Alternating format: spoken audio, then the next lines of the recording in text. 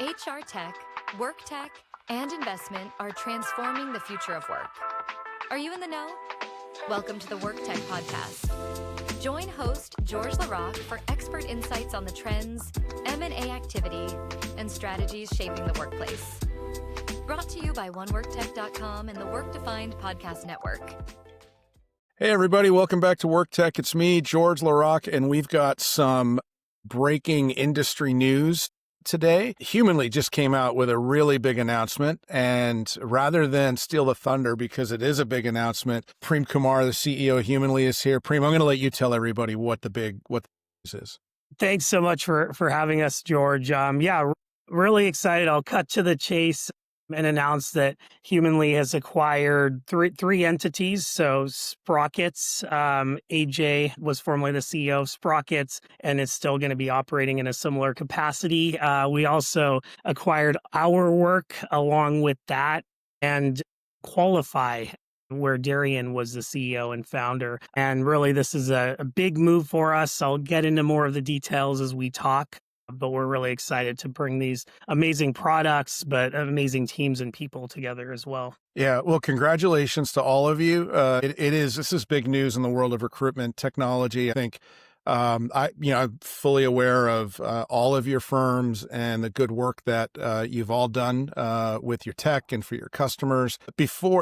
I'm aware, but I'm not sure if everybody knows exactly who you all are. So, Prem, I'll stay with you for if you can give like a 10-second, what is Humanly, and maybe 30 seconds, what makes Humanly different, and then we'll go around and let AJ and Darrian talk about their firms as well. Yeah. So at Humanly, we've been very much focused on solving problems and reducing time to hire in high volume hiring. So in high applicant volume scenarios. So we do that through automating pieces of screening, scheduling, and now interviewing. That's been our focus up to now. And I'm excited to say how that's expanding. Great. And Darrian, do you want to jump in and tell us about Qualify and yourself? Yeah. Without stealing too much thunder, as part of like the magic of us joining forces with Humanly, we also focus on high applicant volume, and we chose to solve the problem of the phone interview. It kind of came from personal experience that I had doing a ton of phone interviews in a previous role, and we solved that in an automated way with pre-recorded voice. And we've continued to evolve our product over the last 6 years, and so we have a lot of specialty in knowing, one, how to solve problems for the recruiters, but also knowing how candidates react and what makes for a really great candidate experience at that step in the journey. Great. AJ? Perfect. I'll round us out. So we have some components on Sprockets, including text message assessment, automated scheduling on the front end of things. But on the back end, which we're really excited about for the full suite of products, is we have a post-hire retention tool that basically plugs into payroll, and it communicates with your employees, figures out things like culture pulses and engagement surveys and exit interviews, all while doing sentiment analysis to give you AI-driven insights to help understand your workforce better, how to cater to them, how to get them to stay longer and be happier and more productive employees. That's great. So I've looked at all of these products, and I know how they all come together, but we'll get into what your plans are on that in a minute. Let's zoom out and tell me what has been happening, whether it's in the market or in each of your firms or through your connections and partnerships. What made this the right time to do this deal? Yeah, really, this has to do with providing a better product, a better solution for our customers. So we all have very similar customer bases, and we've been partnering together for a year or so. So we've been going into deals together, and we are hearing the resounding voice from customers that folks do not want 7 different tools. And if you're truly investing in AI and you have 7 different AI tools, you split the power of your AI in 1/7 and are not truly even investing in AI, I would say. And part of that is because the training data that powers AI is split into each vendor. They're not sharing it. So tool consolidation was a big piece. The other piece, and I'll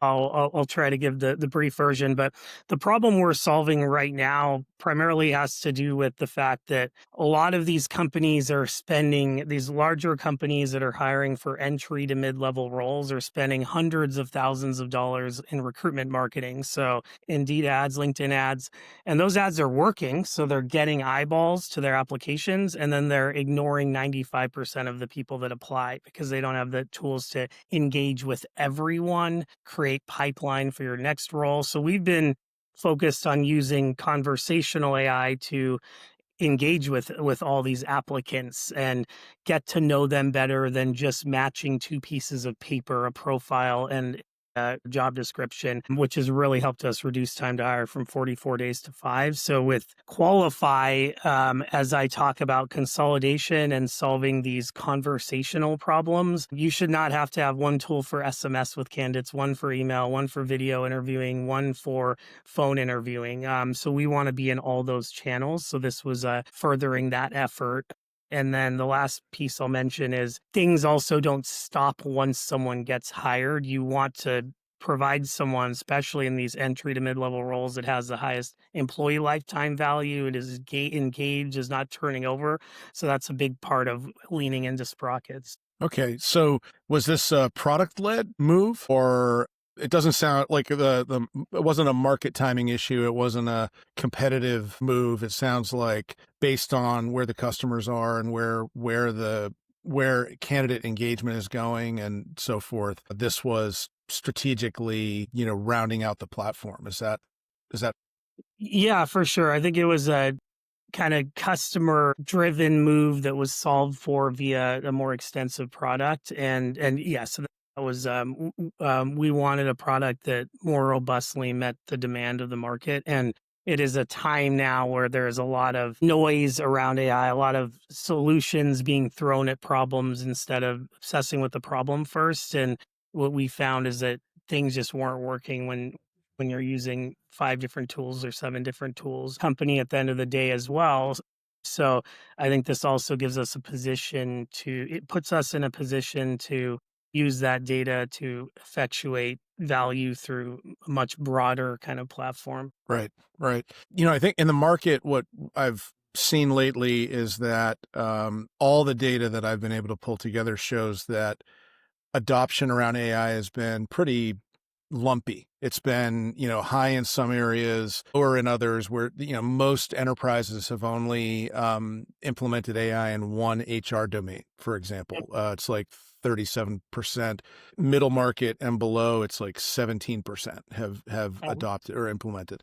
That means a lot of opportunity, but at the same time, because there's like 80% of them are planning to adopt more. And I think the issues have been around, to lack of a better word, fear.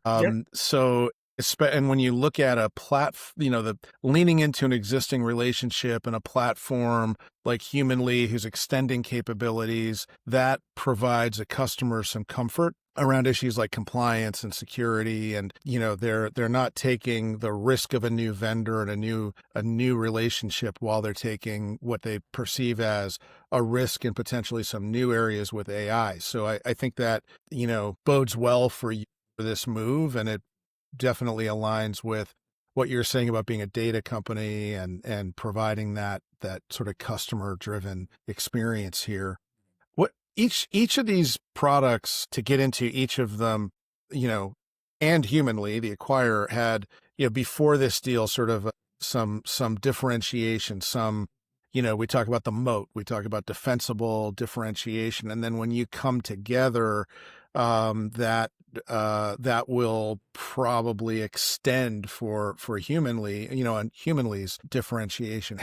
How did each of these platforms differentiate? And maybe I'll start with Darrian, start with you about, where you differentiated in the space, and we'll talk AJ, then you can tell us about Sprockets, and then Prem, you can bring it home on sort of what that all means in that way. So Darrian, let's start with you on that. Yeah, like for us, for the longest, we were really focused on even what kind of the mantra within my own team was owning the phone. That was a channel that was really untapped in the market. We didn't see, we were considered a first mover in the space, and in a lot of ways we're educating our market around, hey, this is a pain point that can be solved, should be solved, is usually the area that takes up the most steps in the hiring process. So by solving this, you can drastically reduce your time to hire with just one simple, introduction of new technology. And so we really focused on that.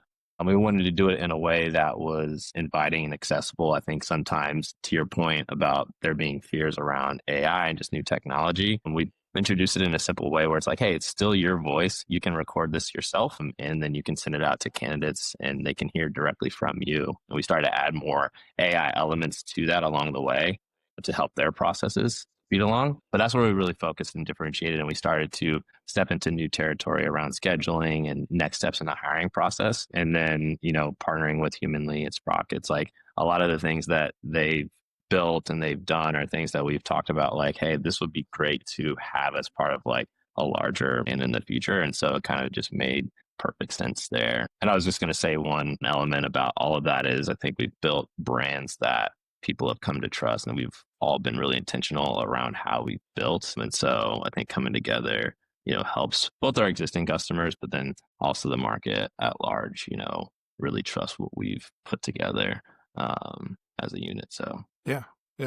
Good points. And AJ, how does Sprockets, what's the differentiation, the secret sauce there? Yeah, I'll talk more to the post-hire side of things here. So one is kind of more tactical than the other. So first, everything is text message based to all of your employees. So in post-hire communication engagement tools, oftentimes it's app-based, which requires everyone to download an app, keep it updated, create a login and password, and all these different things.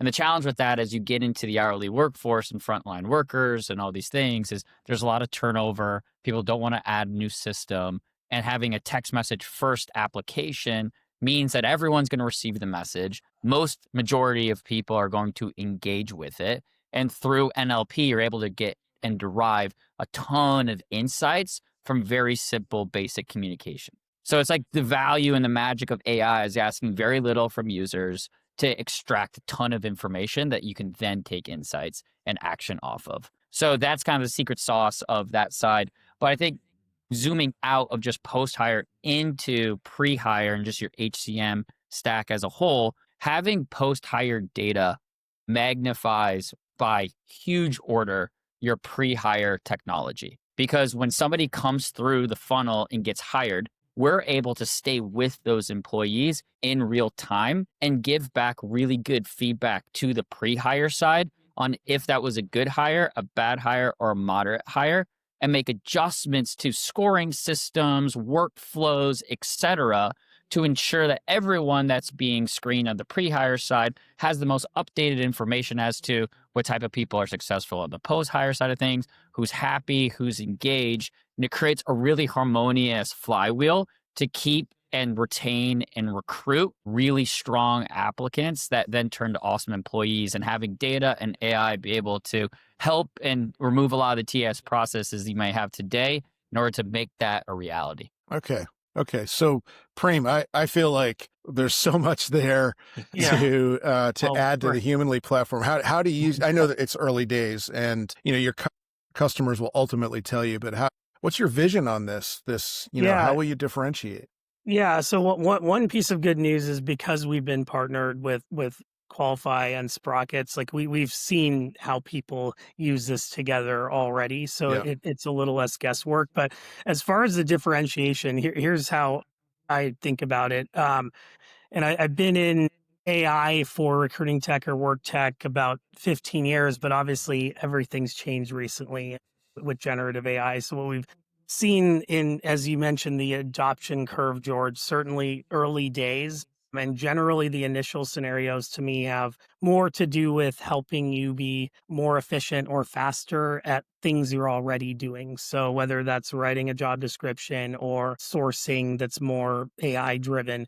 What we think will happen next is AI allowing you to do things that just weren't possible anymore. So possible before, I should say. So interviewing, 1,000 people concurrently right now, the reason less people make it to each stage is simply because a hiring manager cannot meet with 1,000 people at once. And might not understand the employer brand and process and all the great stuff that recruiters bring when they have those initial conversations. But to kind of bring it back to what we're talking about a little more here, right now, when I think about sourcing or finding candidates, you're really not finding candidates, or you're finding profiles. And when I think about candidate relationship management, I don't have any relationships in my life that haven't involved talking to the person. So really, you're managing profiles, not so much relationships. And how you choose the 5% of people that you spend human time with when thousands apply in these inbound scenarios is simply based on how many words two pieces of paper have in common. So how many keyword sets, there's usually 4 clusters that are used by ATSs, by these tools to decide. So what we're trying to do with all of this, as I think about doing things that weren't possible before, is allowing you to have two-way conversations with all candidates via phone, via video, to really get to know everyone. So you have your silver medalists on deck for next. And then to see, once they're hired, are they producing the highest employee lifetime value, that were the highest impact? And if not, what adjustments need to happen top of funnel. And the last thing I'll mention is, because the infrastructure costs on LLMs has gone down by a factor of 1,000 over the last 3 years, we're also able to kind of deliver small language models per customer. So this thing's getting to know you better and what parts of your employer brand resonate as you're engaging with all these people. But by talking to everyone, we're better at matching. And by being better at matching, we're able to reduce time to hire quite a bit. Okay. Wow, there's a lot there. I have to say, I'm thinking the future for Humanly, whether it's from the candidate perspective or the employer perspective, I haven't seen many platforms that actually have like a cross-channel capability, whether it's text, voice, video, conversational, and that could be leveraged. I mean, the candidate experience, right? I can't engage with a phone call right now, but I can, I can talk to your chat bot, or I prefer to engage with the voice or via text, SMS, as you're pulling all that together. And then from the employer's perspective, I know there's different appetites for each of these modes. And I just see that as a huge opportunity for customers who all feel comfortable with each of you. And that's a good segue. I'd like to hear from you about, what will the impact be on each of your customers? What are the plans for?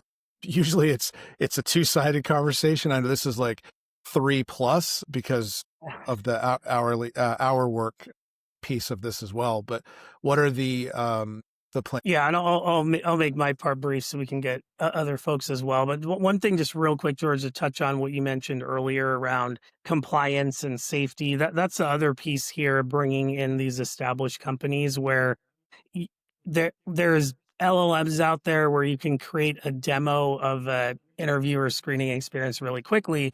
But if you don't have the 4 years of conversational data we have, and kind of the context around knowing that this candidate's in Colorado, so if they ask about pay, I need to know the pay transparency laws there. We also have several years of auditing. So I think by having that data, you can create, like you said, better candidate experience and better recruiter side experience, but it also keeps you more safe. And to address what you said about bringing these channels together, I'll give you a simple example. I didn't know how to pronounce Darrian's last name until you asked him in the pre-show. From a candidate experience standpoint, if the chatbot and video interviewer are owned by the same group, the chatbot's actually asking our candidates, can you record how to pronounce their name? So when a recruiter comes in or an interviewer comes in, they're starting with that. They're starting with what questions were asked that couldn't be answered. So it's a much more progressive experience of a company learning about you step by step, instead of feeling like you're going through isolated steps with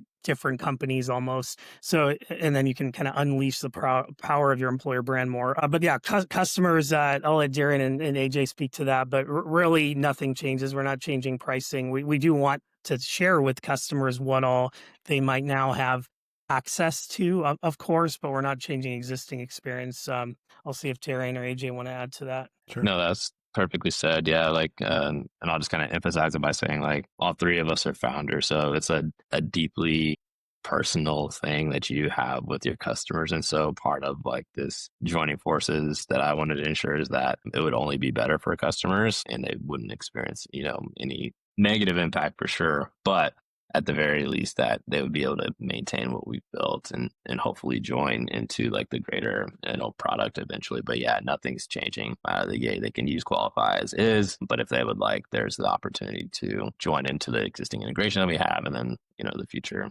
broader product. So that piece is super exciting. Yeah, same here. Customers won't change, but there's going to be expansion opportunities if they want to add to either of our capabilities, Sprockets or HourWork, Qualifi, or Humanly.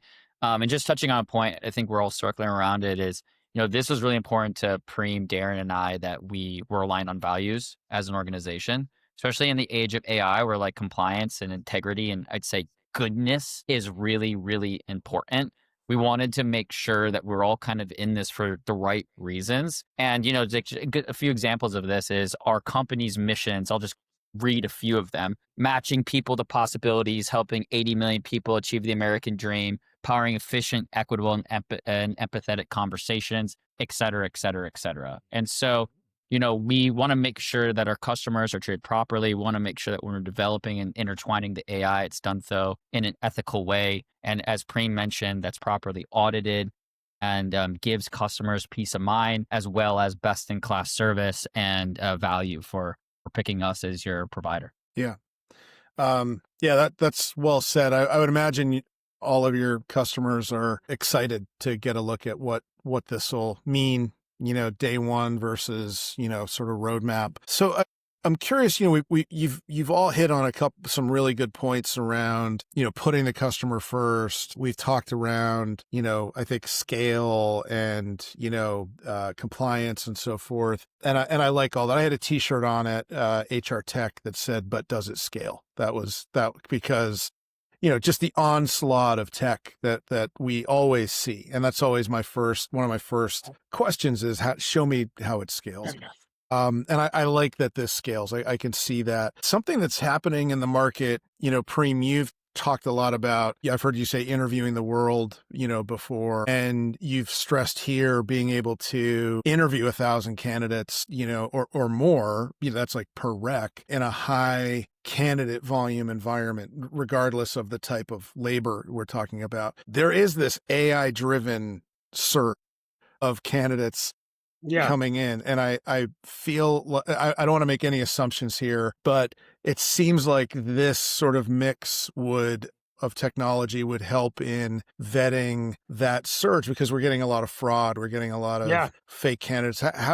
What are your thoughts on that? And I'm not trying to put you on the spot, but. Yeah, no. No, it's a very good point and definitely core to what we're going after right now. So yeah, right now there is a lot of fraud. There's tools that allow you to kind of mass apply. You have Gen AI being used for resumes. So all the resumes start looking the same. I was talking to one of our customers recently. She's a TA leader, and she basically was telling me just all these resumes are starting to look the same. I can tell if they went to this university, it's going to look a little different because they have some career services that change things up, but generally things look the same. So you kind of have to talk to these folks to evaluate them. And then we're also not talking about filling a role. We're talking, that's one positive outcome, but we're talking about building a pipeline of people that you're engaged with that could be a great fit for this role, next role. And to build that pipeline, you kind of have to talk to folks. But to answer your question around fraud,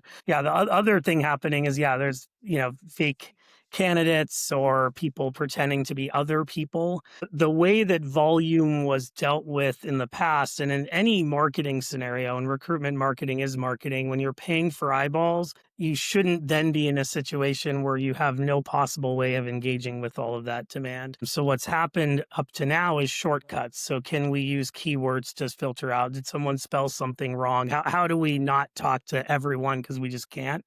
Or how do we collect in? But by getting them into a two-way conversation, you're letting them screen the company. You're finding out if they're real. So with our video interviewer, we can if you're sharing your screen, let's say it's an entry-level designer position, you're showing your portfolio, we can see, did they use ChatGPT for that? This isn't live yet, but a voice is as good as a fingerprint at identifying someone. So if it's a different person talking to our chat bot that's then going through the more technical screen, know that. So there are ways of identifying fraud and fake applicants. And when you're getting someone live on a video interview, clearly we can tell if there's a person showing up to, or is it a bot or an agent? So yes, I think dealing with volume has to do with removing fraud, but then all the real folks, we want to allow you to talk to them. Okay. Well, look, we've been going, I could keep talking about this and all these, you all bring together so many different aspects of this, solving for recruitment that I could go like another hour, but I want to put out there sort of one two-sided question to wrap up on. And that is, how should competitors, partners, investors, how should the market be thinking about this acquisition? What message should this be sending to the market, whether it's high level or specifically about Humanly? And then when you think about what's coming next for Humanly looking into next year, sort of that's maybe dovetail right into that. Yeah. No, we want to be the best option for the segment of the market we're targeting in conversational AI. So if you have high applicant volume, whether it's frontline or entry to mid-level professional, you're looking to automate screening, scheduling, we want to be the leader there. So that's really the goal. And I can talk about the future as well, but a lot of the future has to do with, to have effective video interviews, to have effective human-to-human interviews, you need the apparatus around storage, reporting, those sort of CRM type capabilities. And then we also feel it's important to think about what happens after they're hired. So you'll see a little more there. But the biggest priority for us right now is being the best at evaluating large amounts of job candidates through video, through chat, through phone, and I'll pause there. Yeah. So maybe I'll ask it this way for Darrian and AJ. Darrian, what are you most excited about as a founder going through this shift into this new organization? What's got you most excited? Yeah, I'm excited to work with Prem and the team. It's been cool to just learn more about, him, the group that he's put together. There's a lot of similarities between our teams. I'm excited for the moment in the space too. I think that's something to call it out is like, yes, there is a lot of new activity, a lot of new technology, a lot of new AI. And, TA leaders need someone they can turn to and trust. And I think Humanly's built a great brand around that. I'd like to say that we've done the same, as well as AJ and the Sprockets team. And so I'm excited for this moment that we can be that team that they can turn to that's reliable, but also advancing things in a way that others aren't. So I'm excited for that. Cool. AJ? Yeah, I'm excited to just stack the intensity of our experiences on top of each other to get better as a group. So, it's like I can't go back 30 years and start working on Sprockets, but if you stack how long Sprockets has been around, HourWork's been around, Qualifi been around, Humanly's been around, we've all been working on where we're experts in the field, video, phone, post-hire, and now collectively we've brought it all together. So we all have our collective and individual scar tissue that together we don't have to learn as many lessons had we just decided to launch that feature on our own or add this capability here. Like we have a ton of experience grouped together as a team, and I think ultimately have the solution that can win the space in a really exciting time where people are making difficult HCM decisions, and we're excited to lead the front on that. Awesome. Prem, when you look into next year, anything, the other big moves that you're thinking about? Well, so one of the things we want to do, and this is to continue to build what we feel is the best product for our customers, is doing our Series B funding. So we plan to do that in the first half of next year. And what that means for customers is one is obviously a product that better meets everyone's needs. And we look at that as you don't in the future need 7 conversational AI tools and a bunch of other tools around them. We're trying to consolidate at least what you're doing with AI into one tool. So that'll be part of what we come out with next year. And then last thing I'll say is also with candidates. So we are in many cases, these relationships and allowing you to build better relationships with job candidates is really important. So they're more than profiles. So when you're doing a search, you're searching on people that have been interviewed within the last 90 days, not searching for profiles. So part of that is we do have free services for job candidates around. They can go talk to our agent. It'll look at their resume on the screen, give them feedback based on our data, and go through mock interviews, things like that. Great. Well, and what's the website for learning more about this and where, pay attention as you grow? Yeah, humanly.io. You can also email me at prem@humanly.io. All right. Well, Prem, AJ, Darrian, thank you for telling this story on WorkTech. Thanks to everybody who's watching or listening on the Work Defined Podcast Network or YouTube or at WorkTech, wherever you're at. Thanks, guys. This was great. I'm excited for you all. Yeah, Thanks so much for having us, George, and for the audience for listening in. All right. Thanks.